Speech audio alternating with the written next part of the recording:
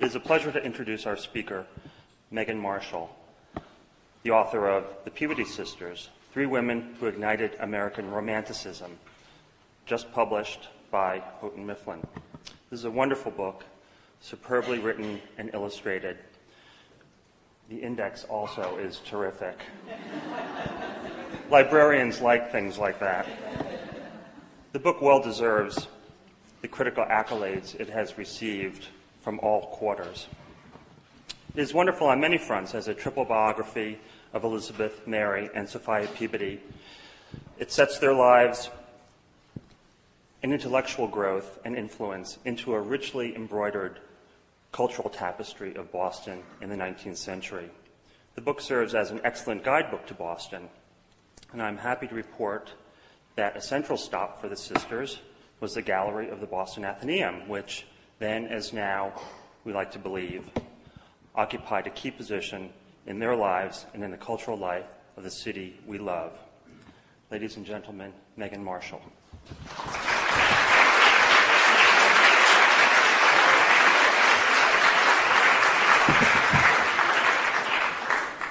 Thank you very much, Stephen, for that generous introduction. It's just wonderfully meaningful to me to be here to speak today. In some ways, my passion for biography began in the Boston Athenaeum. When I graduated from college, one of the first jobs I had was as a research assistant for Nadia Eisenberg, who some of you may remember, a Beacon Hill resident who was someone the Peabody Sisters would have greatly admired, a poet, a literary critic, and even a publisher. She helped to found the Rowan Tree Press.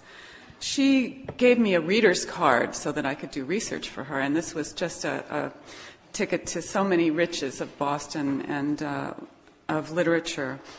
And I particularly loved, when I wasn't doing the work for Nadia, to look at the new books shelf, which then was a rather small shelf and extremely select, and it seemed as if the books had been chosen just for me, I felt.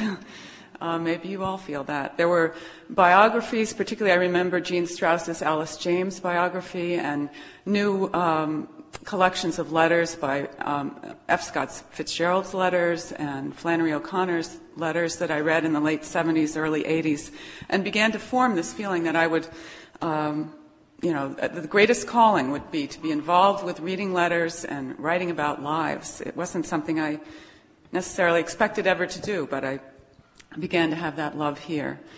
The Athenaeum also is a place that honors books, and I think we should all think about that today, as we've just heard the news that the University of Texas is going to remove all the books from its main library building.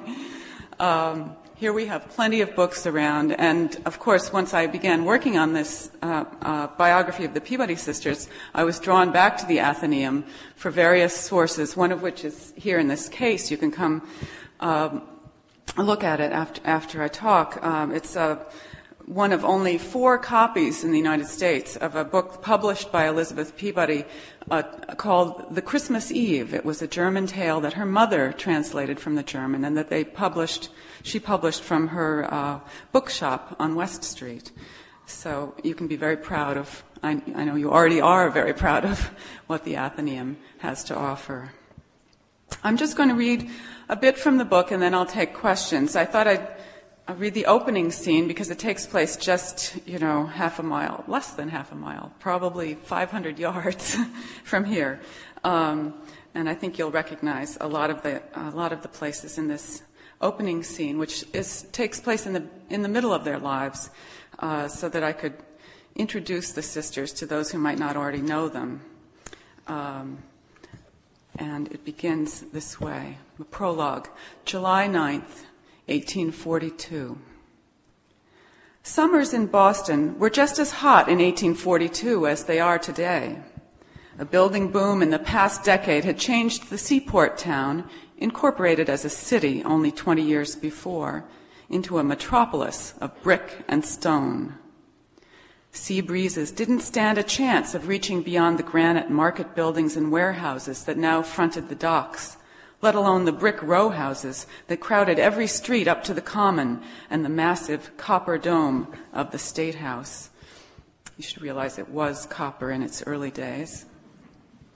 Tightly packed neighborhoods that seemed pleasantly intimate in winter grew unbearable as several days of rising temperatures and mounting humidity turned the city of nearly 100,000 into a furnace with few sources of relief.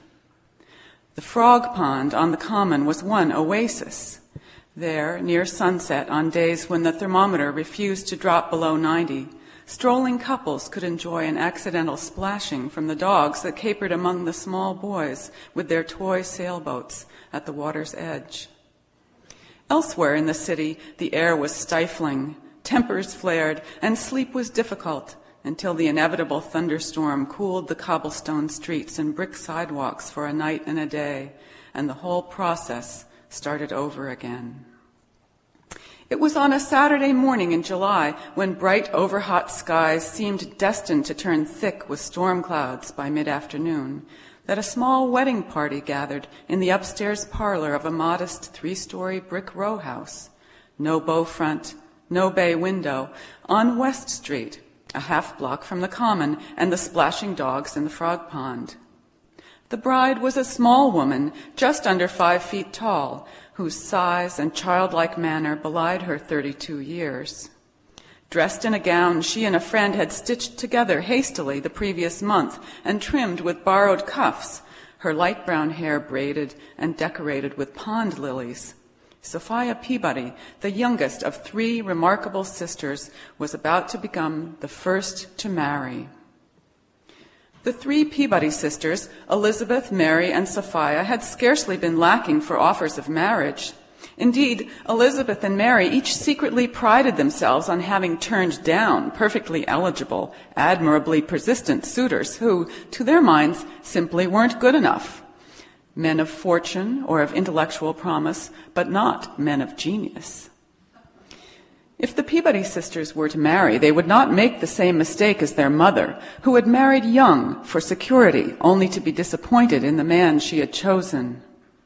It was largely thanks to their mother, however, that the sisters had been able to maintain their high standards, despite the family's relative poverty. Mrs. Eliza Peabody had deliberately raised her daughters to discover and develop their own talents in order to become independent and useful, as she wrote, so that they need never rely on men. It was no accident that she had named her daughters for an English queen, the Holy Mother, and the Greek word for wisdom. Mrs. Peabody was a firm believer in woman's destination for a sphere of action infinite in duration and boundless in extent, even if this destiny lay in the far distant future. And her 3 girls, so linked in heart, in opinions, and in talents, in her view, had done their best to hasten the day. The house at 13 West Street, where the family now gathered, was itself a monument to Mrs. Peabody's ambitions for her daughters. True, it was on the wrong side of the common as far as residences were concerned. West Street wasn't Beacon Hill, nor was it close enough to the small enclave of comfortable houses still clustered around Church Green, the last vestige of fine living near the waterfront to be considered fashionable. The house itself faced a livery stable, but the Peabody women had no intention of maintaining a conventional household. The oldest daughter, Elizabeth, now 38, had chosen the building in 1840 for its location just around the corner from Washington Street, Boston's Publishers' Row, as an ideal spot from which to launch a foreign language bookstore and her own publishing business. And she'd managed to persuade a wealthy backer to loan her the money to stock the shelves. Since then, Elizabeth had succeeded in making the atom of a shop that occupied the first-floor parlor famous well beyond city limits as the in-town gathering place for New England's transcendentalist ministers, writers, and reformers. Elizabeth's bookstore, crammed with hundreds of books and journals imported from Germany, France, Italy, and Spain, many of them circulating as part of a subscription library, brought an erratic income for the Peabody family, but provided steady intellectual sustenance for a diverse group of devotees to what was beginning to be called the newness. Men and women, Elizabeth wrote in an article published in the Transcendentalist journal, The Dial, who have dared to say to one another, Why not begin to move the mountain of custom and convention? On Wednesday evenings at West Street, the sisters held open house, where an invited cast of free thinkers met to lay plans for projects ranging from the utopian community at Brook Farm in nearby West Roxbury to new churches led by the radical Unitarians James Freeman Clarke and Theodore Parker. On Thursday mornings, Margaret Fuller held her Conversations for Women in the book room, drawing out the voices of the wives, daughters, and sisters of the movement's founders on matters of philosophy, religion, art, and politics. The future abolitionist Lydia Maria Child and the suffragist Elizabeth Cady Stanton were among the women who fell into Fuller's web of influence by way of the weekly Conversations.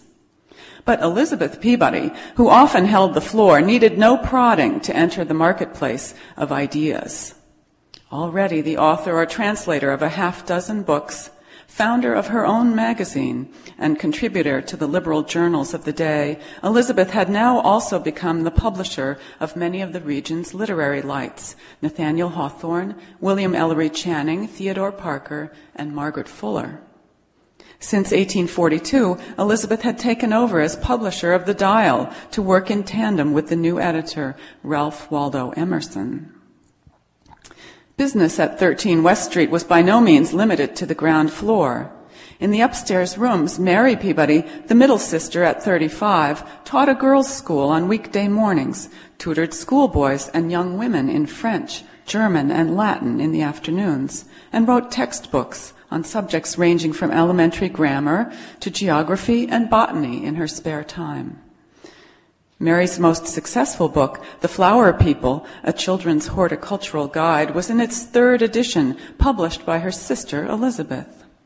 And upstairs, too, Sophia Peabody, the sister who everyone agreed possessed the greatest spark of genius, maintained an art studio in her bedroom where she painted landscapes and modeled busts and bas-reliefs in clay to be cast later in plaster or perhaps one day in marble. Although her output was slim, limited by the severe migraines that had plagued her since she was a teenager, Sophia was one of just a handful of women artists in New England whose work was shown or sold with any regularity. I should say she was also one of the first women to show in an Athenaeum exhibition in the early 1830s.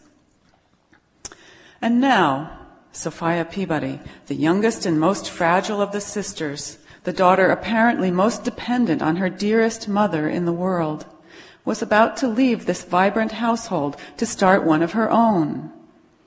The wedding on the morning of July 9th, 1842, seemed the culmination of a transcendentalist fairy tale. After a 3-year secret courtship, Sophia was at last to marry the increasingly famous and famously handsome author, Nathaniel Hawthorne. She would ride with him that afternoon to Concord, Massachusetts, where the couple would take up residence in a house selected for them by Ralph Waldo Emerson, dine on the produce of a garden planted for them by Henry David Thoreau, and spend their first night together on a maple bedstead hand-painted by Sophia herself with designs based on Italian Renaissance frescoes. Yet even transcendental fairy tales have their dark sides. United as the sisters seemed to outsiders and linked in heart as their devoted mother believed them, the three had always been prone to covert rivalries and shifting alliances. The July wedding was the result of Sophia's having set her cap for a man her oldest sister had loved first, and whose genius Elizabeth Peabody had been among the first in New England to recognize and promote. The dark-haired, moody Hawthorne had entered the Peabody household first on Elizabeth's invitation, been declared handsomer than Lord Byron first by Elizabeth, and had confided his fiercely guarded ambitions and private torments in intimate conversation first to Elizabeth. How must Elizabeth have felt this Saturday morning in July as she watched her youngest sister glow with anticipation for her marriage to the man Sophia gushingly called the very king and poet of the world? or Mary, for that matter, whose own heart was preoccupied by love so far unreturned for a man who had, like Hawthorne, once been Elizabeth's nearest companion. Only 4 days earlier, on July 4th, the Independence Day parade had passed the Peabody's West Street house with Mary's beloved Horace Mann at its head, leading a procession of elected officials, ministers, school teachers, Sunday school children, and Revolutionary War veterans through the streets of Boston to the Odeon Theater, where Mann would give the most important speech of his life. After an exhausting 5-year campaign as secretary of the state's first ever Board of Education, Mann had succeeded in persuading the Massachusetts legislature to vote him a lavish budget to reform the Commonwealth's school system, which might be well worth it today again. Until he met Elizabeth Peabody 10 years earlier, Mann had not taken the slightest interest in the cause of education. Now, the 6-foot-tall, silver-haired reformer was exhorting his listeners to pour out light and truth as God pours out sunshine and rain. Go forth and teach this people. His speech was so instantly popular that 20,000 copies would be in print by summer's end. Yet it was Mary Peabody who had become Horace Mann's confidant in recent years, editing his manuscripts, even contributing anonymously to his common school journal. Still, Mann's heart remained a mystery to both sisters as they attempted to reconcile themselves to life at West Street with the breakup of the sisterhood. Although Mary had done Sophia the favor of setting up the house in Concord during the last weeks of June, she, too, was beginning to tire of her little sister's self-congratulatory effusions. By the end of the summer, Mary would be chiding the still euphoric newlywed, "You know, dear, there are different kinds of beautiful lives." And Sophia, on the morning of her wedding day, she turned to 2 close friends rather than to her sisters to help her dress for the ceremony, an event that itself had been much postponed. Originally planned for mid-June and finally set for June 30th, the wedding date had to be pushed back again by over a week to the dog days of July, as Sophia was repeatedly overcome by mysterious fevers and palpitations. After 3 years of secrecy, the month preceding the wedding, when the whole world knew at last that Sophia Peabody and Nathaniel Hawthorne planned to marry, had been fraught with tensions. Sophia's friend and mentor, Margaret Fuller, had written a peculiarly brief note of congratulations, closing with the ambiguous excuse that great occasions of bliss, of bane, tell their own story, and we would not, by unnecessary words, come limping after the true sense. Was Fuller jealous as well? For Nathaniel Hawthorne himself, Fuller's feelings were strong and undivided. If ever I saw a man who combined delicate tenderness to understand the heart of a woman, with quiet depth and manliness enough to satisfy her, it is Mr. Hawthorne, Fuller had written, leaving Sophia to wonder how she had come by this understanding. Sophia's prospective in-laws, Nathaniel Hawthorne's widowed mother and 2 unmarried sisters in Salem, had done little to welcome her into the family. Perhaps the last in all of New England to learn of the wedding, due to Hawthorne's obsessive need for privacy, all 3 refused to attend, citing insufficient time to prepare their feelings. Congratulations had come only after the writer had traveled to Salem and urged the Hawthorne women to reconsider. His older sister, Elizabeth, nicknamed Evie, once a close friend of Sophia's, had at last conceded grudgingly that the match might prove a good one. Still, she pressed Sophia, "Have you no dread of the cares and vexations inevitable in married life?" Evie could have been voicing Sophia's own doubts when she wrote of her preference for situations unlike marriage, in which women retain the power to withdraw, and of her reluctance ever to feel as if much depended upon me. And what of her husband, as Sophia had referred to Nathaniel Hawthorne since their engagement at the new year, 1839? In the past month, the writer seemed no less flighty than Sophia, the woman he liked to call his little dove. At times he badgered her in letters, complaining about this worthless species of communion, and refusing to write my feelings any longer. He'd already delivered her well over 100 passionate love letters, some 70,000 handwritten words in 3 years' time. He vowed to take up his pen now only to convey external things, business, facts, details, and insisted that the wedding take place in June as first planned, counting off the remaining days in the month. He teased her with playful accusations. Had she begun to tremble and shrink back? And mock threats. Ah, foolish virgin, it is too late. Nothing can part us now.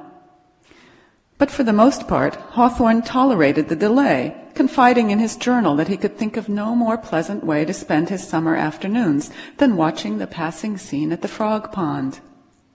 Like Sophia, he had been born and raised in Salem, Massachusetts, but to a family long associated with the sea. His father, a sea captain, had died of yellow fever in Suriname when Nathaniel was 3 years old.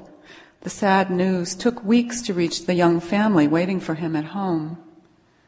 Hawthorne himself had never shipped out as anything other than a passenger, but perhaps it was fitting that, as he was about to embark on married life, he became fascinated with the miniature sailing vessels on the frog pond, all perfectly rigged, tossing up and down on the mimic waves, and their little boy captains, so well acquainted with all the ropes and sails. What was it about the whole effect, he puzzled, that kindles the imagination more than the reality would? Although capable of periods of intense work, Hawthorne was at heart a lover of indolence, ready to admit his own idle nature. Like his bride-to-be, he had suffered from numerous undiagnosable complaints as a child, permitting him to stay home from school and lie in bed reading for months at a time. When Sophia's dallying carried over into July, he insisted they put off the wedding until after his 38th birthday, July 4th, so that he could watch the fireworks on the common. Hawthorne would not have been among the sober patriots who trailed Horace Mann to the Odeon Theater on the morning of the 4th. But he was there in the crowd of nearly 100,000 residents and revelers from surrounding towns to witness a display the newspapers called the most splendid ever seen in New England. The region had been the first to emerge from the shadow of financial panic that overtook the young nation in 1837. Boston bankers had shrewdly steered clear of the machinations of the Bank of the United States, which still hobbled New York City and Philadelphia. And the construction of railroads connecting Boston to inland markets had recently made it the leading port city of its size in the Union. Now some of the city's new wealth had been put into an Independence Day extravaganza. At 8:30 p.m., 2 bands started to play, and as darkness fell, a series of illuminations began. Italian suns, revolving pyramids, Persian flowers, interspersed with flights of pigeons, and culminating in a 110-foot-long magnificent temple dedicated to liberty, which burned with silver fire. The evening's brilliant spectacle ended in a grand feu de joie as 100 rockets exploded in the smoky night sky, releasing colored stars, gold rain, and serpents over the heads of the assembled multitudes. In the final weeks of June and early days of July, the nervous couple reassured themselves with the notion that they had been married since the day they agreed to an engagement. "The ceremony is nothing," Sophia wrote one close friend. "Our true marriage was 3 years ago." Hawthorne joked that rather than unite them, the minister would thrust himself between us when he made the marriage legal at last. The two hoped, after a summer's honeymoon, to continue their creative lives together. Sophia had many visions of great deeds to be wrought on canvas and in marble during the coming autumn and winter. And Nathaniel expected the contentment he achieved by finally marrying his blessedest Sophia to offset the financial pressures that came with taking a wife. He planned to support the two of them with the sale of stories he had already begun jotting down in his notebooks. Yet how could they be sure it would all work out? Clearly, nothing could have been more frightening than marriage for two people so accustomed to exercising the power to withdraw whenever they wished.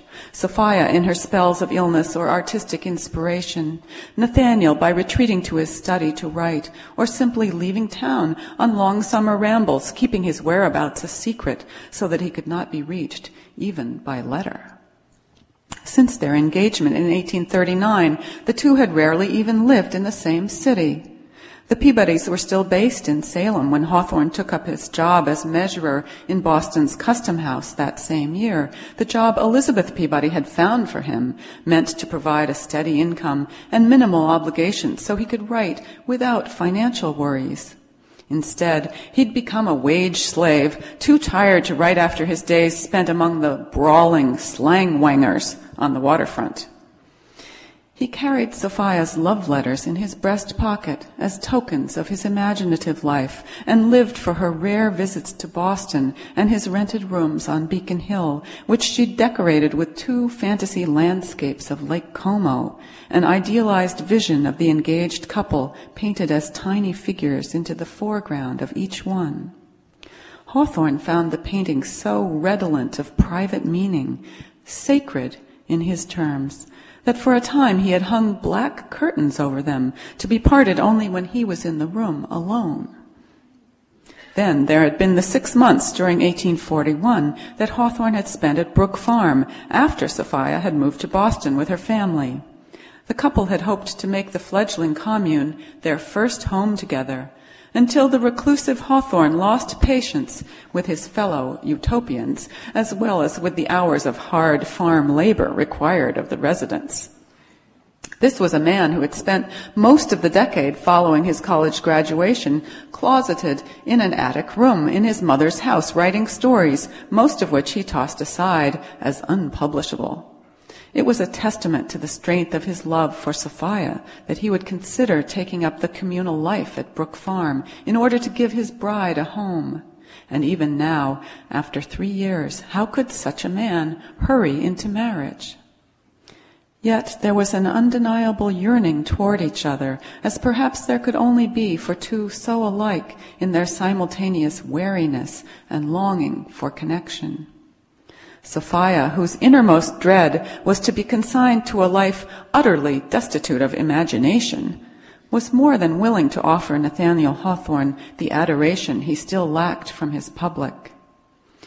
At 38, he had produced just 1 volume of stories, Twice Told Tales, more of a critical success than a commercial one.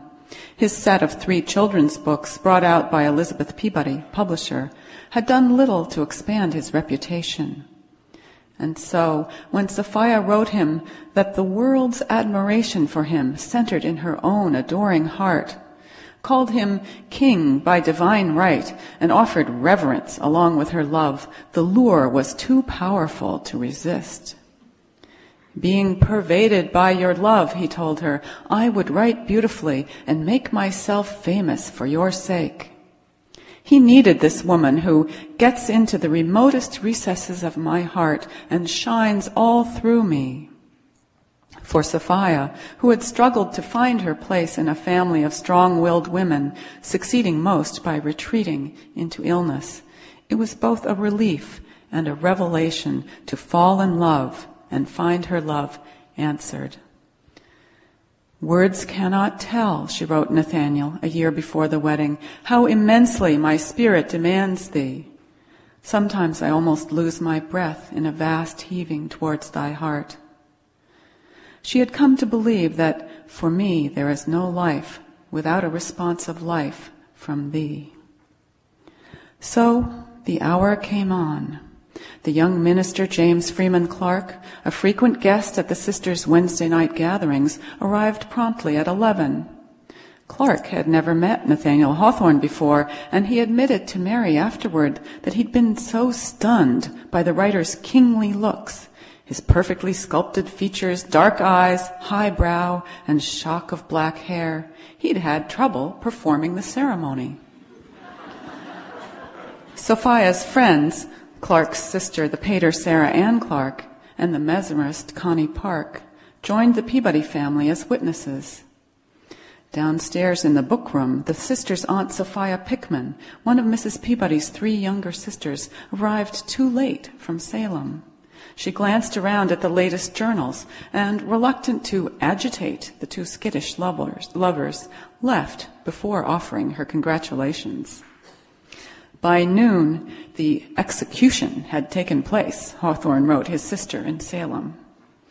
We made a Christian end and came straight to paradise. The actual journey was a little less than straight. 7 miles outside Concord, as the couple rode west in the 90-degree heat, they were halted by low thunder, like celestial artillery, followed by a driving rain, Sophia wrote her mother the next day. Taking refuge in a roadside tavern, the newlyweds waited a full hour until a silver gleaming in the west called us to proceed. The delay allowed Sophia the chance to take note of the change in her own internal weather. After the past weeks of headaches and fevers, she noticed now that with every step the horses took, I felt better and not the least tired.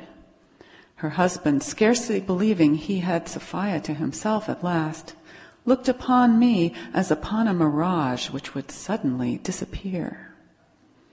The Hawthornes reached Concord at 5 and entered their new house, the one-time parsonage known locally as the Old Manse, where they found vases of cut flowers arranged for them in every room. The next day, the couple woke early to find a perfect Eden around us and walked through the fresh green countryside to Concord's newly erected battle monument, feeling like Adam and Eve with no one else in sight. Sophia felt certain that a clear new life was beginning for her. It had been 3 years since Nathaniel Hawthorne had written to her fancifully, "How sweet would be my sleep, and how sweet my waking, when I should find your breathing self in my arms." What a happy and holy fashion it is that those who love one another should rest on the same pillow. Now, in Concord, sharing a pillow with his wife at last, he felt he was beginning to live as if this world were heaven. Back in Boston, however, the thermometer stood at 91 degrees at sunset, and there was no sign of rain. At 13 West Street, Mrs. Eliza Peabody began to think about how she would get along without her invalid daughter. Soon Sophia's empty studio would be given over to a boarder, following the economies Mrs. Peabody had first learned as a girl in revolutionary times, and then practiced throughout her married life. She studied the faces of her 2 remaining daughters. Certainly she knew there had been tensions, but nothing to compare with that of her own childhood. Very different is the affection felt by sisters who love from a conviction of each other's real worth, she had once written to her oldest daughter, from that mere animal attachment arising from being nurtured in the same house. Nurture was scarcely the word for Mrs. Peabody's own disjointed upbringing. She had told the story, or parts of it, many times over to her 3 daughters, careful to impress upon them the lessons she had learned. It was ironic that Sophia had chosen a literary man for a husband, exactly the sort Mrs. Peabody had come to fear. But then Sophia, always sensitive and easily upset, was the one of her 3 daughters to whom she had never confided the most shocking tale of her childhood. She had never expected Sophia to marry anyway. No one had. So, thank you.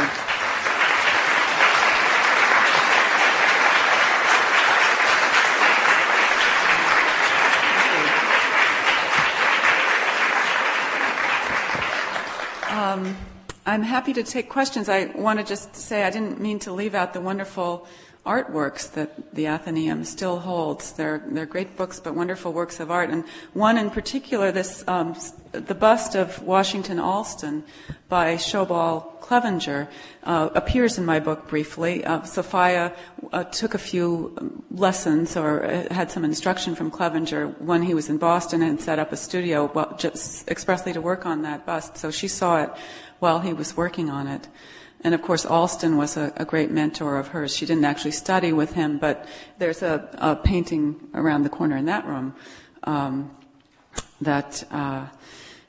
of his, and she copied several of his works. So there's much more here that you know about, or more to find out about too.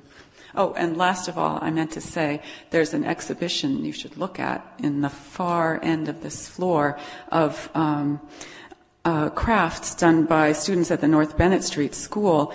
And it just happens that another Mary Peabody, who grew up in Salem and actually lived in the Charter Street house that the Peabody sisters lived in, was responsible for mounting that exhibit. She doesn't go by Mary Peabody anymore. She's married. I've forgotten her married name. But go look at the work of a Mary Peabody from Salem after we leave here. So, questions? Yeah.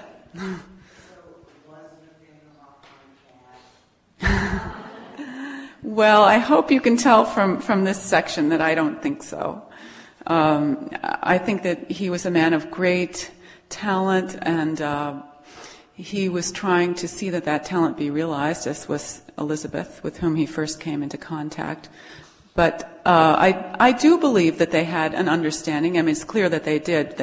And one of the things I was able to, well, there are a number of manuscript discoveries in this book, but one of them involved a confession on Elizabeth's part that there had been an understanding, something close to an engagement.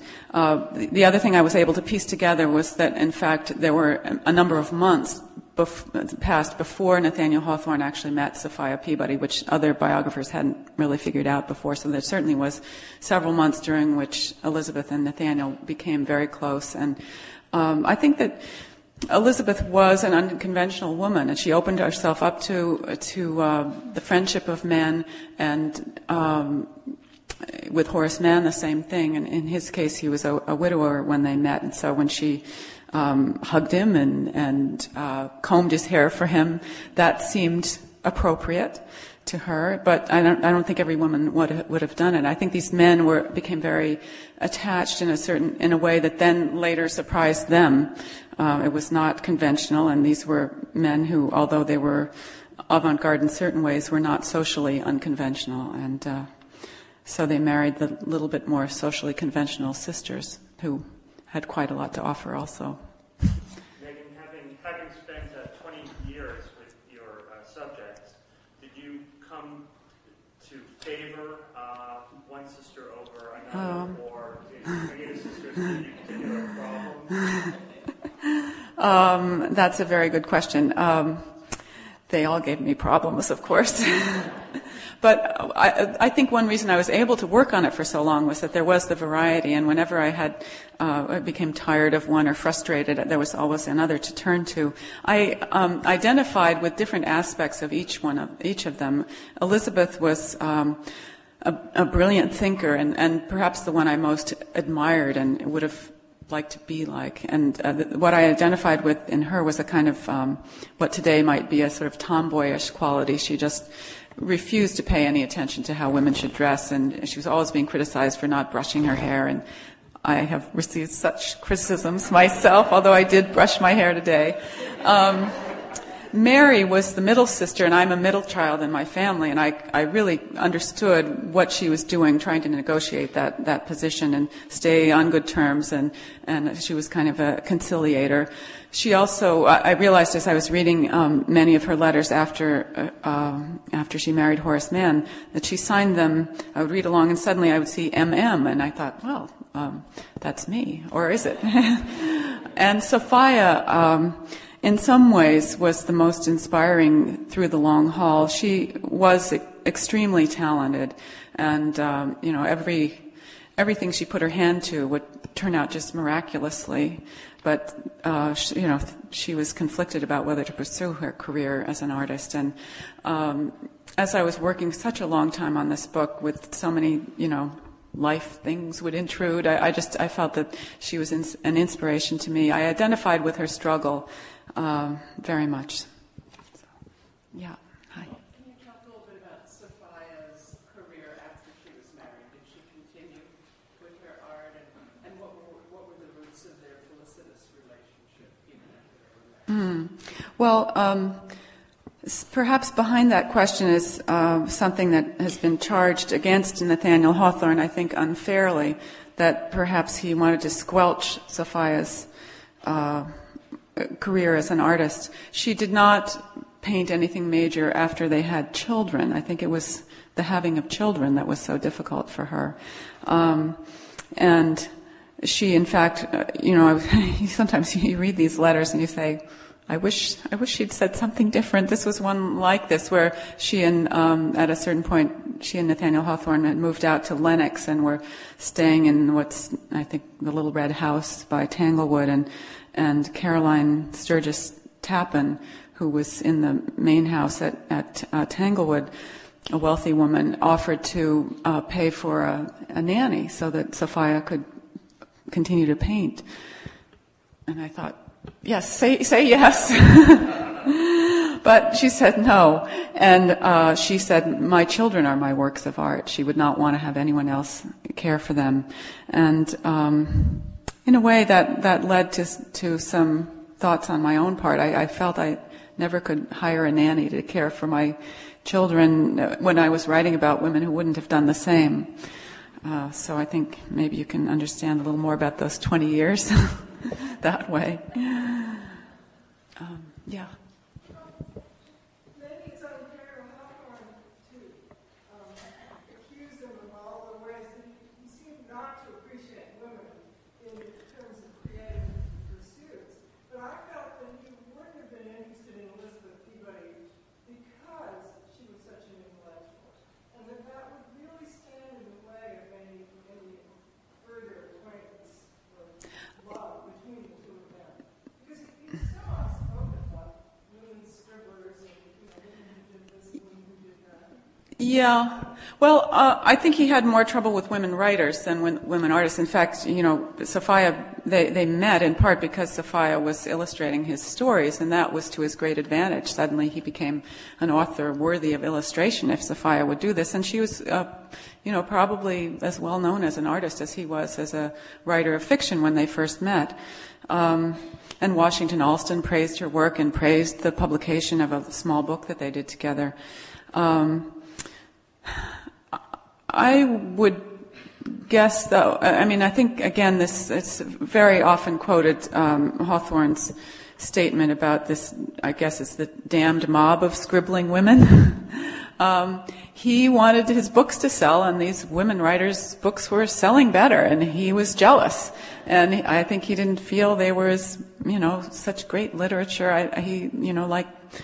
Many perhaps male literary critics also felt there wasn't so much to this women's writing.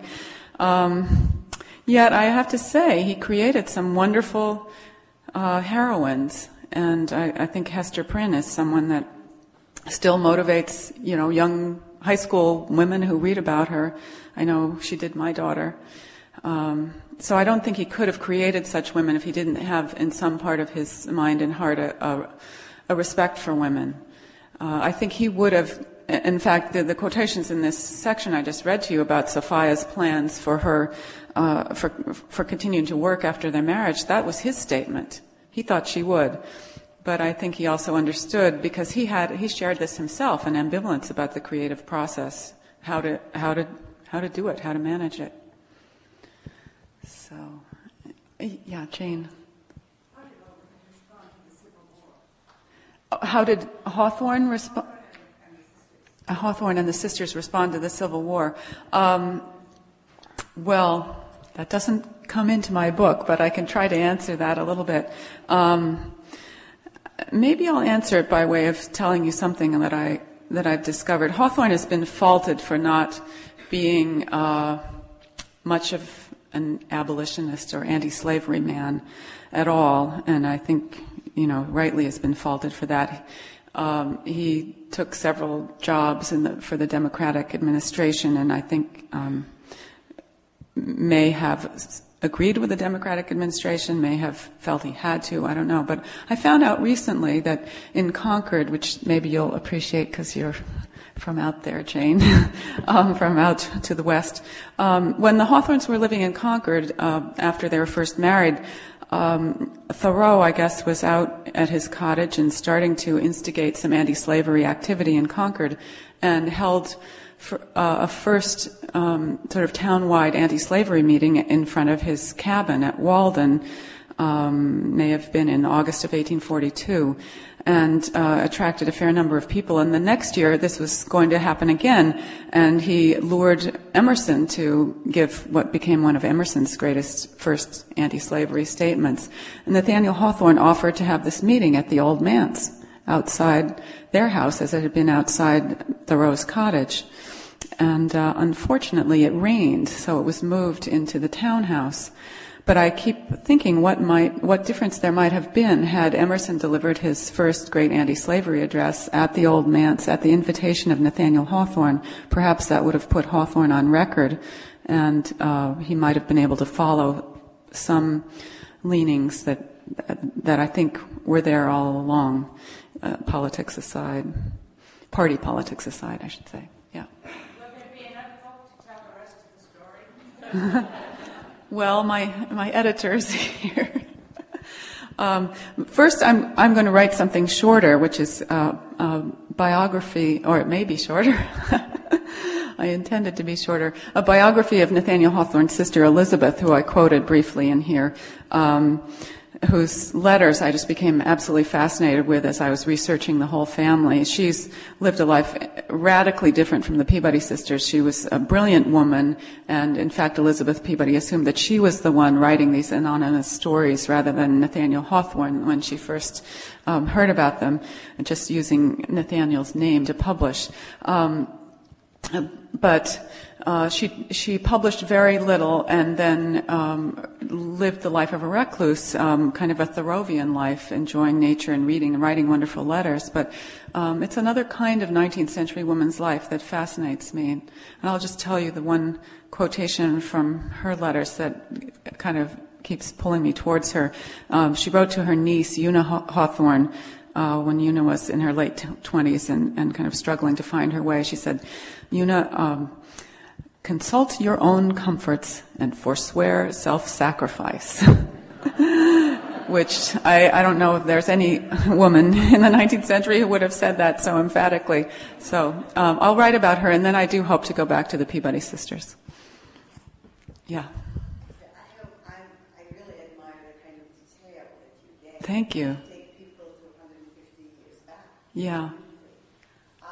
Can you tell us about your research? How could you find those details? Yeah. At the wedding, there were flowers. Yes, yes. Elizabeth Hoare put them there. Yeah, your question brings up, just as I said, I was reading that. Well, should I have said that Elizabeth Hoare put them there? Well, there's so much detail. There's the question of what you leave out, and then the question of how to find enough to put in. And I wanted to say, many of you may know this, an earlier biography of the Peabody Sisters by Louise Tharpe, which is a very entertaining book, but much of the detail there is invented or assumed, I suppose. But I wanted to say, it's true she had pond lilies in her hair, and it's true that she borrowed this dress, and it's true, those things I found in journals. For example, that in particular, she described her wedding dress in a journal passage. She and Nathaniel Hawthorne kept a joint journal at the Old Manse, and she just happened to recollect something about her wedding day, so that's there. Aside from my own children, the reason this book took 20 years is there was so much manuscript material to read through. And if you see the book, a lot of them were these cross-written letters, which were very laborious to read, but exciting because any cross-written letter was full of some secret or, heartfelt truth that a sister wanted to reveal. So I went to manuscript collections all over the country, many of them in the Boston area, but also New York and California and Ohio. And I started in on this at a time before there were portable computers, so I had a little quiet typewriter that I took, and I could type about as fast as I could read the letters. So I typed out a letter and assembled, in a sense, a whole archive in my own office at home of typescript letters, and then I organized them chronologically, and then I began to be able to make a narrative out of that maybe one last question, or how are we doing on the time? Oh, yeah. A question in the back.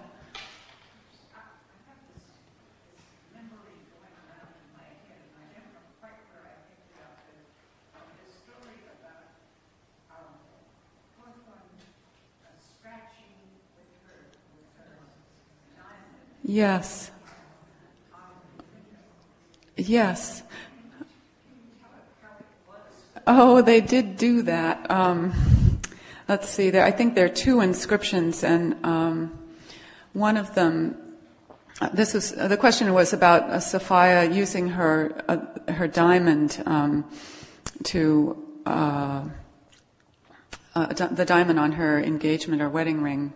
To scratch a little message in the window at the old manse, and that window is still there in the scratchings. And the first one, I believe, was after she had had a miscarriage, which they both took very hard.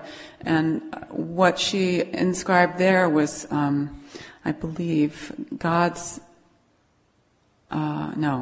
man's accidents are God's purposes. Which was, I think, a very wonderful statement of belief and of hope again, because they did very quickly turn their thoughts to having another child. And then I believe the other inscription has to do with Una, the daughter who was then born afterwards. Someone from Concord might be able to say exactly what it is, but I think it was an inscription done with, Una was in her arms, sort of to record in a way, the happy result. So, thank you, and I'll be signing books back there.